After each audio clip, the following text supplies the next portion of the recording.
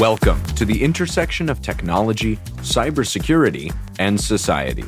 Welcome to ITSP Magazine. You're listening to a new The National Blast podcast with Keenan Skelly. Join Keenan and guests as they blast you to a place that is certainly not boring, yet still giving you highlights from areas in cyber where key policies and legislation are needed, exist, but aren't enforced, or no one is even talking about it. Knowledge is power, now more than ever.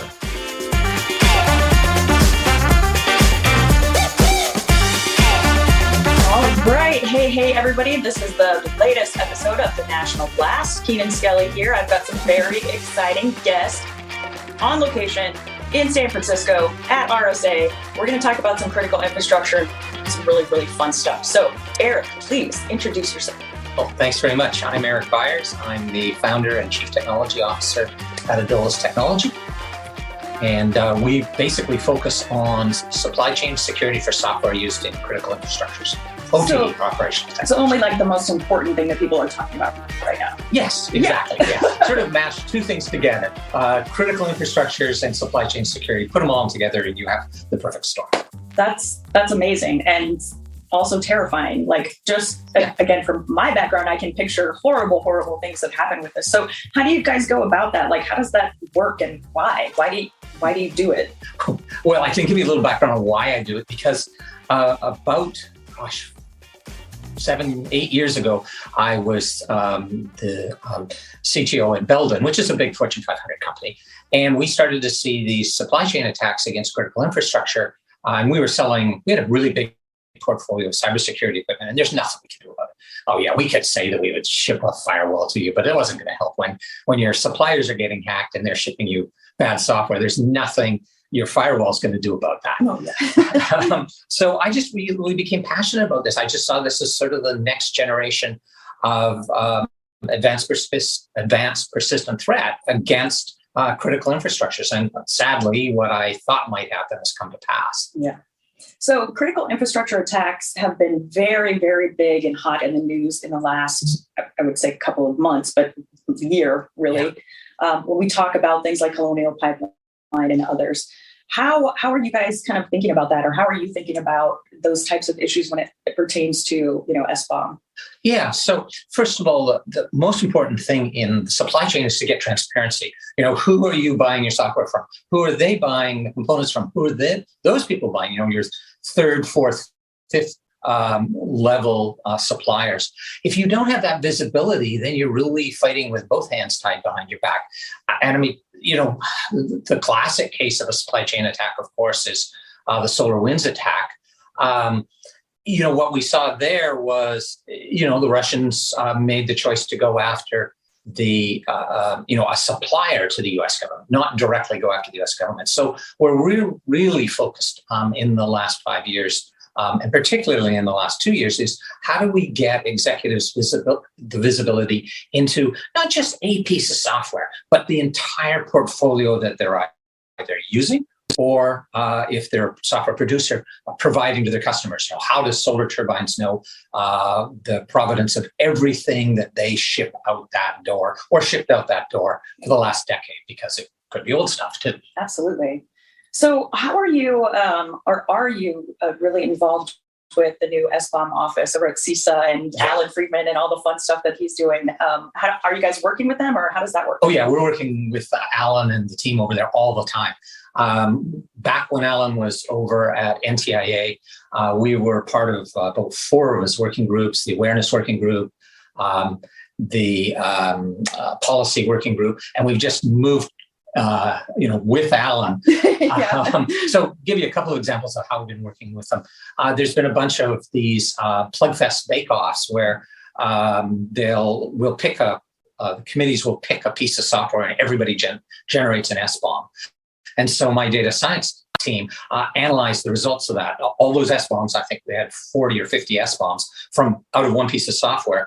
What was similar? What was different? What could we tell out of that? So that was one of the areas. That had to be super interesting. That was super. It's like a game of telephone where nobody's actually talking to each other. So I can imagine the discrepancies and differences there. Yeah. So then during that, with that kind of bake-off, after that, do they come back with guidance and recommendations to everyone that says, okay, you all missed this really important thing, or, these were common among everyone.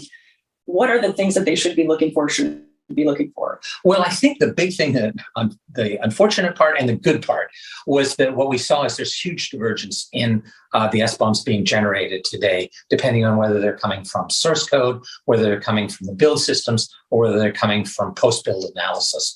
But they're all useful. And that was the thing. It's not like, there's going to be the perfect SBOM. We're going to converge towards better and better SBOMs over the next year. I mean, it's sort of like saying, vulnerability notices. I want the perfect vulnerability notice. Right. Well, they come. Yeah, good luck. But what's happened over the last 2 decades is that our vulnerability notices have got better and more refined and more useful to a customer. That's what we're going to see with SBOMs. Yeah. I think the second thing that's been really interesting, it's something we've been really deeply involved with, is a companion document that goes with SBOMs, and that's the Vulnerability Exploitability Exchange, also known as VEX. Because what we're seeing is this tsunami of vulnerability. Sadly, when you really start to take software apart and look at all its components, there are a zillion vulnerabilities hiding in there. And that's just going to cause what I call deer in the headlights problems for some companies. So what we're really focused on with our work with CISA and Alan now is how can we prioritize the vulnerabilities, particularly the exploitable vulnerabilities. Heck, there may be some vulnerable code in there, but particularly the way it's compiled, it's not actually attackable, et cetera, or it isn't exposed to the network, whatever.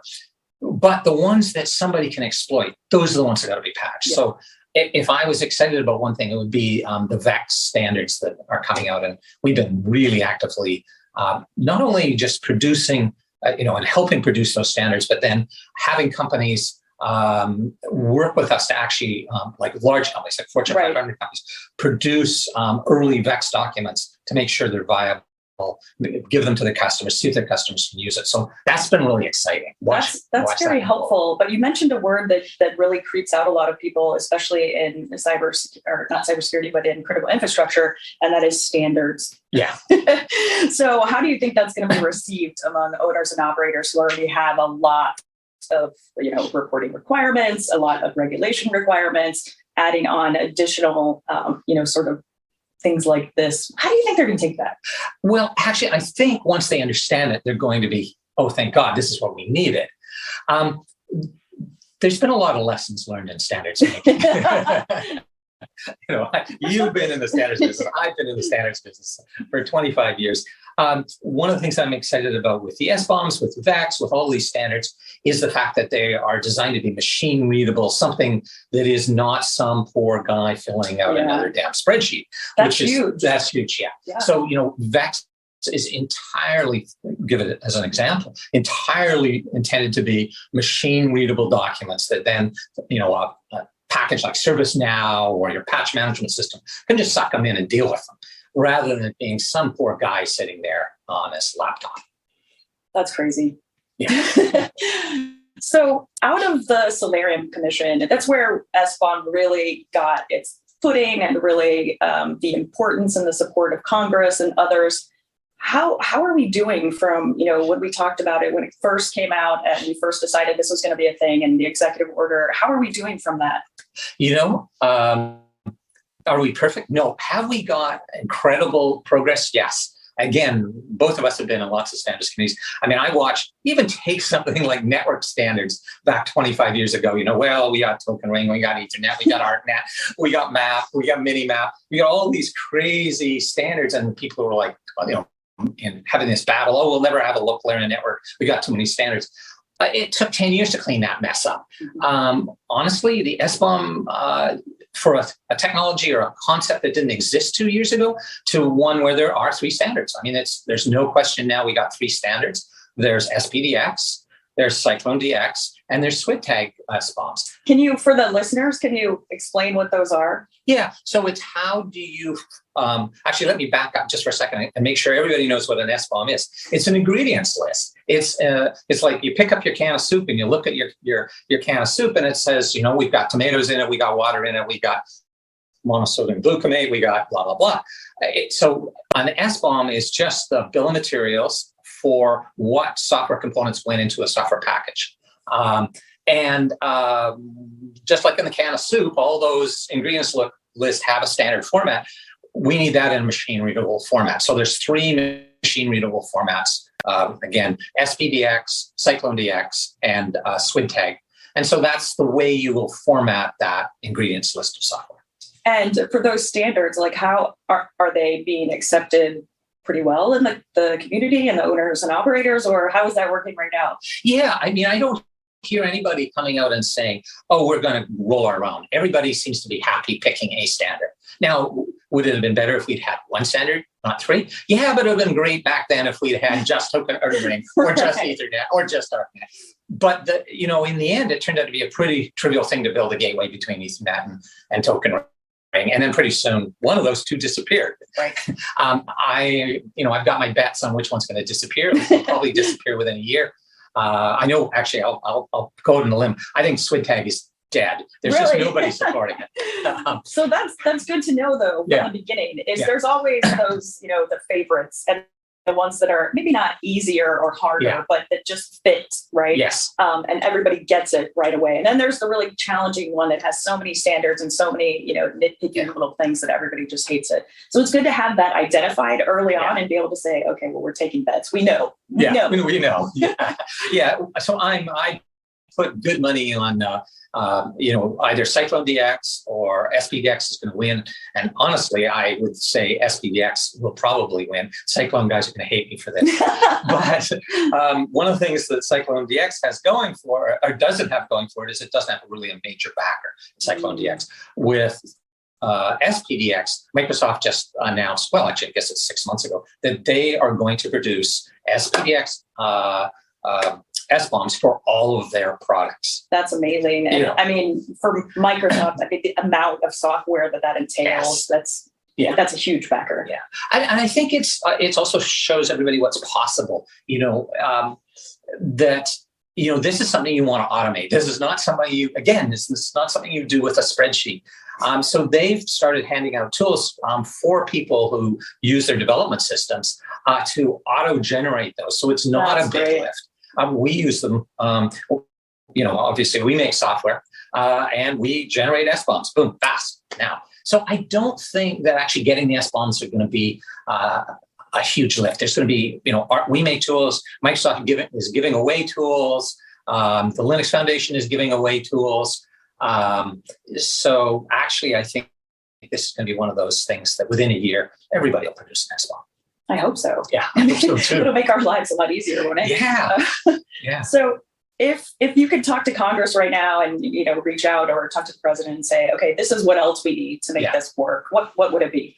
Okay. So one of the things that we've been working really hard on, which I think the U.S. government could help with too, is there's a little problem called the namespace problem. And you're smiling there. You go and you look at a particular piece of software. What is the name of that software? And it turns out like everybody has different names for the same piece of software, even for the same company. I do a little demo in the OT space where I say, can anybody name who produced this industrial controller? And people go, oh, yeah, I recognize it. And then you actually try and go look up that name in something like the National Vulnerability Database or ICS CERT or any one of the standard databases. And you go, oh, well, I thought that thing was made by GE. Yeah, no. It's actually registered under here. So there's this problem out there that we really need a unified namespace, just like we have for domain names. There's somewhere, where do you find our company's domain name? It's easy. It's adolis.com. Where do you go find it? You go look in the domain name directories. We need the same thing for software. Yeah. Right now, we're putting tons of effort into AI techniques to be able to predict, given an arbitrary blob of code, what is the most likely 500 names we should search the National Vulnerability Database? That's insane. Yeah. Yeah. So that definitely needs to be kind of addressed. And how do you think that would be implemented? If you're thinking about legislation, but who would do that? This is sort of a really good CISA NIST MITRE type project. NIST stood up the National Vulnerability Database. We've had, this is the type of database project that the government could be good at. Yeah. Yeah, they're very good at databases. They're very good at databases. Sometimes they're good at protecting them. No, yeah. So yeah, CISA would be probably my choice for something like that. I think that would be a big help because it'll stop a lot of confusion. We found this component in there, and it happens to be called something like log4j. Is that a problem? What's that? What's that? Yeah, exactly. And log4j was a great example. We searched about 45 million OT software packages. You just don't search for log4j. Mm-hmm. So we ended up doing all this fuzzy searching and pattern matching to be able to find log4j packages. And that gets you right back into the human trying to go through all of these lines of code and figure everything out. And that's nuts. Crazy. Yeah. And I mean, we try and keep the humans out of it and try and figure out ways to automate that and make it. But that's totally going to be the name of this episode. Keep the humans out of it. Yes. I love it. Yeah, keep the humans out of it. Sign me up for that one. That's exactly it. That's awesome. So what are you guys doing here? Like, what are you most excited about this week? What are you going to see? What are you going to present? What's going on? Well, first thing, we started out the morning great. We won an award from Cyber Defense Magazine, something like that. Oh, yes, CDM. CDM. We won an award for most innovative supply chain company. So I'm pretty excited about that. That's pretty cool. That was a good way to start out Monday morning. And then we're going to be, what I want to do is actually walk the show floor. We've got lots of people that we're partnering with because this is, again, about transparency. Mm-hmm. So, like one source of information is VirusTotal. Everybody knows VirusTotal. How can we, and we have a really, really good partnership with them about how to use some of the intelligence they have, not just malware intelligence, but namespace intelligence, stuff like that. So I'm going to be meeting, we've got a whole bunch of people that we've been partnering with, people like Security Scorecard, VirusTotal, Nextron. I'm missing a pile of them.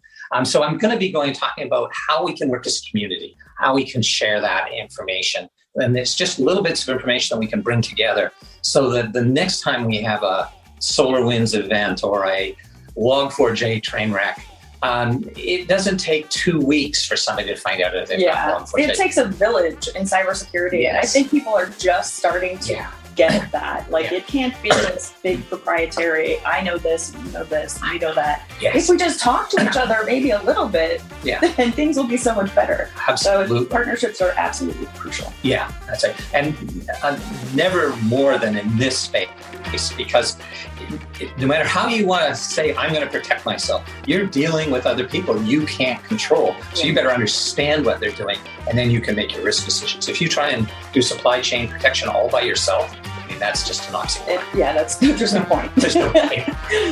All right. Well, this was a great chat. I'm really excited for you, and congratulations on your award. We definitely will have to chat more because I love infrastructure and SBOM and all that fun stuff. So we'll definitely catch up on the flip side. Yeah. Great. Thank you very much. That was fun. No problem. All right, guys. You know the deal. Catch you on the flip side.